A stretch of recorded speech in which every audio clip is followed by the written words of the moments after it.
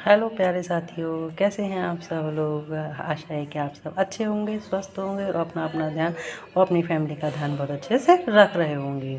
तो स्वागत है सर आपका अपने यूट्यूब चैनल वेदा सक्सेस पॉइंट में। तो चलिए फ्रेंड्स, आज से हम CDP की क्लासेस शुरू कर रहे हैं। इसके लिए हमें आपका सपोर्ट चाहिए।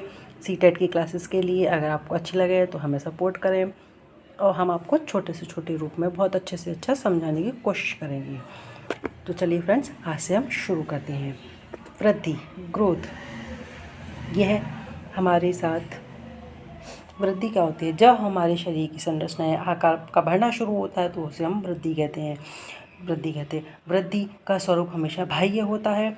वृद्धि कुछ समय के बाद रुक जाती है, जैसे कि हमारी लंबाई और चौड़ाई रुक जाती है।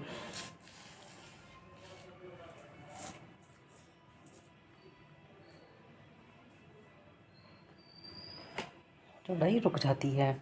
वृद्धि क्रम के अनुसार नहीं चलती। कभी हमारी लंबाई बढ़ती है तो कभी हमारे भार बढ़ता है। वृद्धि कभी हमेशा लीनियर नहीं होती, वो हमेशा सर्कुलर मोशन में चलती रहती है। वृद्धि केवल परिमाणात्मक नहीं होती, वृद्धि केवल परिमाणात्मक होती है। वृद्धि के होने से विकास हो भी सकता है और नहीं भी हो सकता।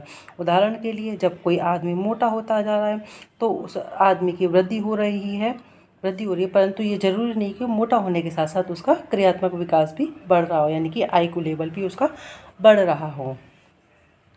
वृद्धि का हम मापन कर सकते हैं। उदाहरण के लिए, हम भार को माप सकते हैं और अपनी लंबाई को माप सकते हैं। चलिए हम आगे चलते हैं, पेज पलटते हैं अपना। ठीक है फ्रेंड्स, अब हम आते हैं अपने विकास पर, यानी कि डेवलपमेंट हम अपना हर तरीके से कर सकते हैं। समाज के साथ रहकर भी हमारा डेवलपमेंट हो सकता है, परिवार के साथ भी रहकर भी हमारा विकास हो सकता है, संवेगों के साथ भी हमारा रहकर विकास हो सकता है। संवेगों से यानी कि हमारी मूल प्रवृत्तियों से भी हमारा विकास होता है, हमें नई नई चीज़ें सीखने को मिलती है। बौद्धिक शक्ति यानी कि हम अपने दिमाग से भी हम अपना विकास कर सकते हैं। चलिए फ्रेंड्स, शुरू करते हैं। जब हमारी मानसिक, सामाजिक, संवेगात्मक तथा बौद्धिक पक्षों में परिपक्वता आती है तो हम उसे विकास कहते हैं, जैसे कि मैंने अभी आपको बताया था। विकास का स्वरूप आंतरिक एवं बाह्य दोनों पक्षों में होता है। विकास जीवन भर चलने वाली प्रक्रिया है, यानी कि विकास हमेशा निरंतर चलता रहता है। हम नई नई चीज़ों को सीखते रहते हैं। विकास कभी ना ख़त्म होने वाली एक प्रक्रिया है। विकास हमेशा, जिसको बोलते हैं, जन्म से लेकर मृत्यु तक चलता रहता है। विकास निश्चित क्रम में नहीं, विकास हमेशा निश्चित क्रम में होता है।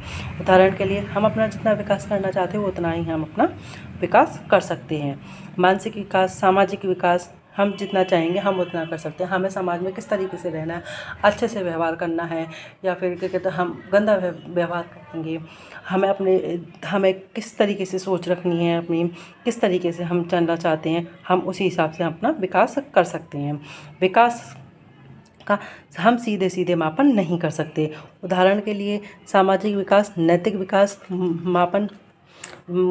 का हम मापन नहीं कर सकते, यानी कि हम समाज में किस तरीके से रह रहे हैं, किस तरीके से हम अपना जीवन यापन कर रहे हैं, हम उसका मापन नहीं कर सकते। हमारा नैतिक विकास कितना अच्छा है, हम किस तरीके से किसी से क्या कहते हैं एंगेज कर रहे हैं समाज में, किस तरीके से हम अपना क्या कहते हैं जीवन यापन कर रहे हैं, उस तरीके से हम अपने मापन नहीं कर सकते, उस चीज़ का मापन नहीं कर सकते। हम केवल मानसिक विकास का मापन कर सकते हैं।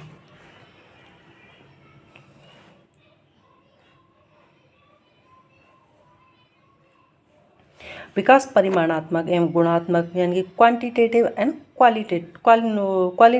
क्वांटिटेटिव, वो दोनों ही होता है, दोनों में होता है। विकास वृद्धि के बिना भी संभव है, क्योंकि कुछ व्यक्तियों का आकार, लंबाई, चौड़ाई, ऊंचाई या भार नहीं बढ़ता, परंतु उनमें नैतिक विकास, सामाजिक विकास, बौद्धिक विकास अवश्य ही होता है। जैसे कि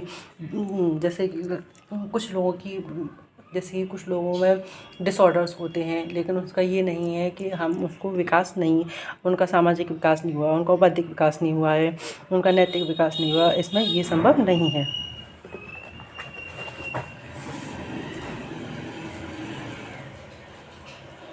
परिपक्वता आनुवंशिकी विन्यास के पूर्व निर्धारित रूप में प्रकट होने वाला प्रोसेस मैच्योरेशन कहलाता है। यह हेरिडिटी यानी कि अनुवांशिकता से रिलेटेड होता है। बड़े होने पर मैच्योरिटी आती है। Thank you friends, bye. फिर मिलेंगे आगे मिलते हैं दूसरे पार्ट में।